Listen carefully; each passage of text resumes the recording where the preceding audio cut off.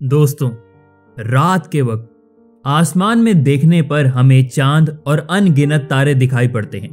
ऐसा देखकर आप अक्सर इस सोच में पड़ जाते होंगे कि आखिर पृथ्वी के बाहर की दुनिया यानी कि ब्रह्मांड में कितना कुछ मौजूद है, जो रोचक होने के साथ साथ रहस्यमय भी है। वैज्ञानिक आए दिन ब्रह्मांड से जुड़ी नई नई जानकारियां जुटाते रहते हैं। साथ ही उनकी कोशिश हमेशा यही रहती है कि ब्रह्मांड के ज्यादा से ज्यादा रहस्यों से पर्दा उठाया जा सके। आज तक वैज्ञानिक ब्रह्मांड से जुड़ी कई गुत्थियों को सुलझा भी चुके हैं, लेकिन आपको जानकर हैरानी होगी कि ब्रह्मांड के हिसाब से वैज्ञानिकों की अब तक की सफलता शायद 1% के बराबर भी हो। जी हाँ दोस्तों, ब्रह्मांड का आकार हमारी कल्पना से भी अधिक है। और तो और वैज्ञानिक ये भी कहते हैं कि ब्रह्मांड लगातार तेज गति से फैलता ही जा रहा है। अगर आकार की बात करें तो दोस्तों, हमारी पृथ्वी ही आकार में बहुत बड़ी है, लेकिन हमारे सोलर सिस्टम में ही सबसे बड़ा ग्रह बृहस्पति के मुकाबले ये बहुत छोटी है। जी हाँ, बृहस्पति ग्रह में ही लगभग 1300 पृथ्वियां आसानी से समा सकती हैं, लेकिन हमारे सोलर सिस्टम में मौजूद सूरज के सामने तो बृहस्पति भी कुछ भी नहीं है।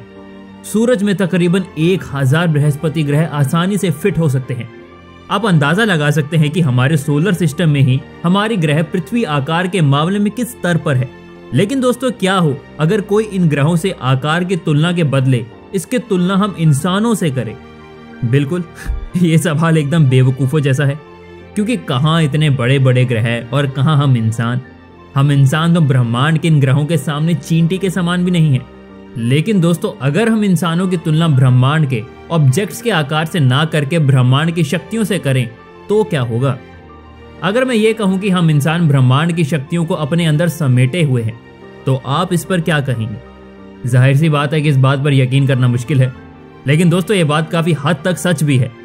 तो चलिए आज की वीडियो में हम यही जानेंगे कि कैसे हम इंसानों के अंदर ब्रह्मांड की शक्तियां मौजूद है। बिना देरी किए हुए वीडियो में आगे बढ़ते हैं, लेकिन आगे बढ़ने से पहले अगर आपने अब तक हमारे चैनल को सब्सक्राइब नहीं किया है तो कृपया इसे सब्सक्राइब कर लें। दोस्तों, स्वागत है आपका हमारे चैनल में। आज की इस वीडियो में हम हमारी तुलना ब्रह्मांड लेवल पर करने जा रहे हैं। इस दौरान हम हमारे शरीर से जुड़ी रोचक चीजों के बारे में भी जानेंगे। तो चलिए शुरू करते हैं। हम इंसानों की औसत हाइट 6 फीट है और हमारे बालों की हाइट 100 माइक्रोमीटर है। बालों को बनाने वाली कोशिकाएं की हाइट होती है 10 माइक्रोमीटर।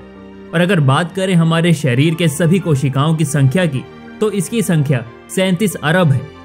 दोस्तों, 37 अरब कोशिकाएं हमारे अंदर मौजूद हैं। इस हिसाब से हमारा शरीर आकार में बेहद ही विशाल है। आप ये जानकर दंग रह जाएंगे कि हर एक सेकंड हमारे शरीर की 10 लाख कोशिकाएं खत्म हो जाती हैं, वहीं हर सेकंड 40 लाख नई कोशिकाएं पैदा भी होती हैं। हमारा शरीर इन कोशिकाओं के लिहाज से एक ब्रह्मांड के आकार जितना है। हमारे शरीर में जो वायरस होता है उनका आकार लगभग 100 नैनोमीटर की साइज का होता है। वहीं हमारे शरीर की कोशिकाओं में पाए जाने वाले डीएनए के साइज 2 नैनोमीटर के होते हैं। इसके अतिरिक्त हमारे शरीर में डीएनए जैसे लाखों अलग अलग सूक्ष्म संरचनाएं करोड़ों की संख्या में मौजूद हैं, जिनमें से कुछ क्रोमोसोम्स, आरएन, जीन्स हैं। दोस्तों, डीएनए की सूक्ष्म संरचनाएं कई तरह के मॉलिक्यूल से मिलकर बनी होती हैं, जिनमें काफी मात्रा में परमाणु होते हैं। हमारा शरीर इन्हीं परमाणु से बना होता है, जिनमें कार्बन, हाइड्रोजन, कैल्शियम और नाइट्रोजन जैसे परमाणु शामिल हैं। दोस्तों, हम शरीर में फिलहाल मॉलिक्यूलर लेवल से भी आगे एटॉमिक लेवल पर हैं, जहां एक हाइड्रोजन एटम 50 पिकोमीटर की साइज का होता है। इसका आकार एक कोशिका की तुलना में 1 लाख गुना छोटा होता है। आपको यकीन नहीं होगा, लेकिन एक सुई की नोक पर तकरीबन 1 करोड़ हाइड्रोजन एटम्स फिट हो सकते हैं।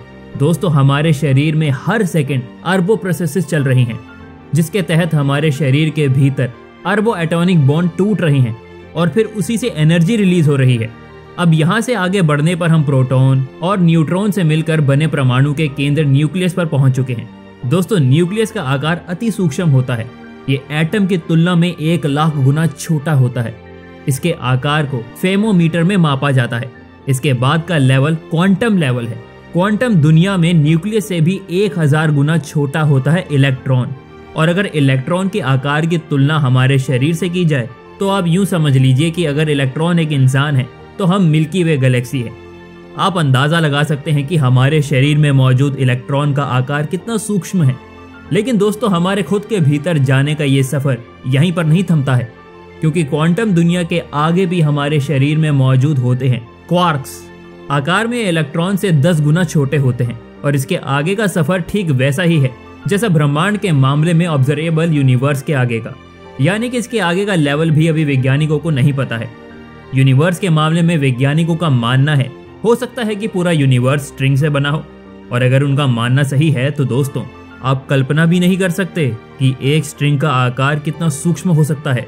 एक स्ट्रिंग क्वार्क की तुलना में अरबों गुना छोटी हो सकती है, और ऐसे में हमारा शरीर इन स्ट्रिंग से इतना बड़ा है जितना हम इंसानों से बड़ा हमारा पूरा ब्रह्मांड है।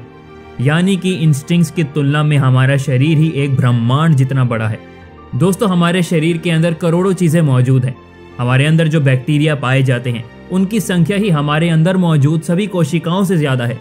जी हाँ दोस्तों, हमारे अंदर 37 अरब से भी ज्यादा बैक्टीरिया रहते हैं, और ये सिर्फ हम इंसानों के अंदर ही नहीं बल्कि पृथ्वी पर मौजूद सभी जीवों के अंदर पाए जाते हैं।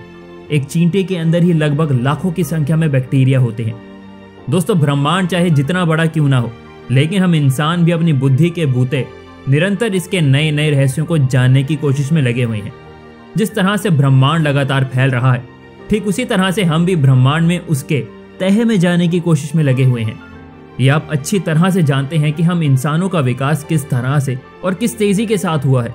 हम इंसान महज 3.5 लाख वर्ष पहले ही पृथ्वी पर आए हैं, और हमने अपने दिमाग के बूते आज ये भी पता लगा लिया है कि हमारा ब्रह्मांड लगभग 14 अरब साल पहले बिग बैंग की वजह से बना है।